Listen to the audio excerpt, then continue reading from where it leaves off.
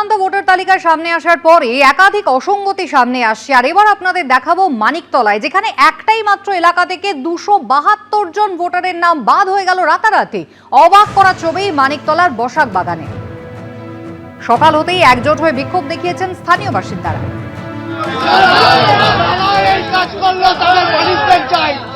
যারা এই কাজ করেছে তাদের পানিশমেন্ট চাই। আমরা 6 নম্বর ফর্ম ফিল আপ করব। বিএলওকে মারার কথা বলেছে। কমিশনার যারা এই কাজ করলো তাদের পানিশমেন্ট চাই। যারা এই কাজ করেছে তাদের পানিশমেন্ট চাই। আমরা 6 নম্বর ফর্ম ফিল আপ করব। বিএলওকে মারার কথা বলেছে।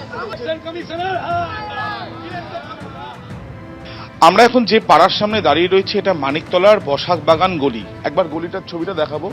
এখানকার মানুষ যারা রয়েছেন তারা কিন্তু এক প্রকার বাড়ির বাইরে প্রত্যেকে এখন দিশাহীন অবস্থায় ঘুরছেন। তার কারণ কি? তাদের অভিযোগ যে 272 জন এই গলির বাসিন্দা যারা হিয়ারিং বা শুনানিতে অংশগ্রহণ করেছিলেন, ডকুমেন্ট বা বিভিন্ন নথি সেগুলো জমাও করেছিলেন, কিন্তু যে লিস্ট বেরিয়েছে সেখানে তাদের নাম নেই। তাদের বক্তব্য এখন তারা কি করবেন না। বিএলও আমাদের সঙ্গে রয়েছেন, তার সাথে কথা বলবো। আপনি এই পার্টের বিএলও, এই 272 জন হিয়ারিং এ গেছে? অবশ্যই। আমি আমার পুরো ফ্যামিলিকে, আমার ফ্যামিলির প্রত্যেকের নাম কেটে দিয়েছে। সব থেকে বড় কথা হচ্ছে স্যার, সবার নাম ফ্যামিলি শুদ্ধ বাদ করে দিয়েছে। ফ্যামিলি শুদ্ধ বাদ করে দিয়েছে। কি করে হয়? আমার হাজবেন্ড, আমার মেয়ে আর আমার 3 জনের নাম বাদ।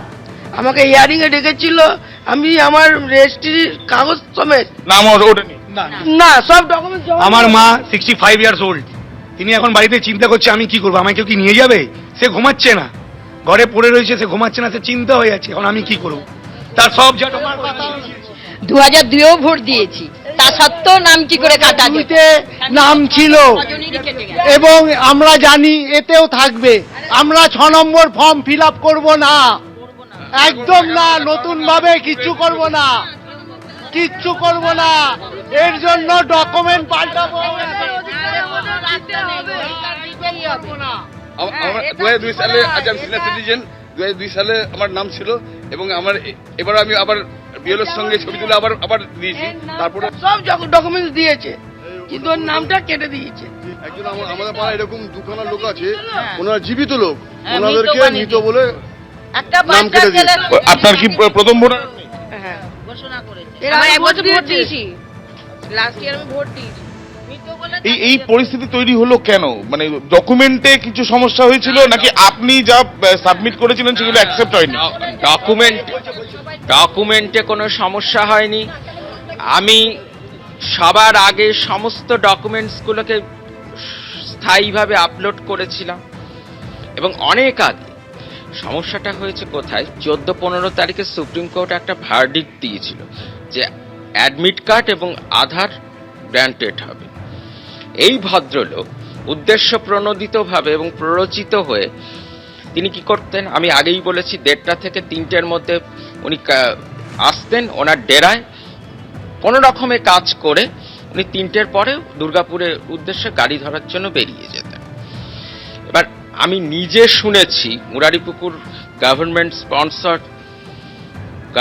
স্পন্সর্ড হাই স্কুলে উনি অভিজিৎ ভট্টাচার্যকে বলছেন, অভিজিৎ ভট্টাচার্য একজন সুপারভাইজার, তিনি বলছেন এত ডকুমেন্টস চেক করা যাবে না। এই আরো অমিত ঘোষ, আমি নিজে শুনেছি। তো আপনারা থানা বা পুলিশের দ্বারস্থ হয়েছেন বা নির্বাচন কমিশনের কাছে জানানোর ব্যবস্থা করেছেন? কমিশনের কাছে আপনার তো অভিযোগ করারও জায়গা ছিল।